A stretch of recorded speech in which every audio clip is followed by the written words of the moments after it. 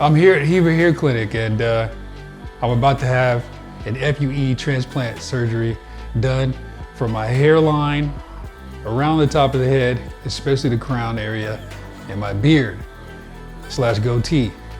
Since I've arrived here in Istanbul, Turkey, and beforehand, the communication has been excellent. Myself and Heva Hair Clinic have communicated prior to me leaving. Everything's been organized by them once I got here. I was picked up at the airport, no problem. I arrived at my hotel room, 5 stars, and now I'm here at the clinic pre-op.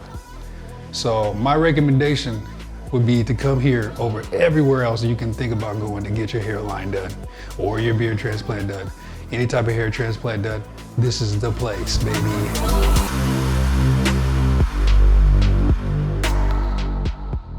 Hey, y'all doing? This is me. I'm here again reporting from Heva Hair Clinic.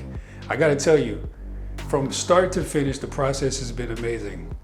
These are great, friendly people here in Istanbul, Turkey. They take care of you. They tell you what you need.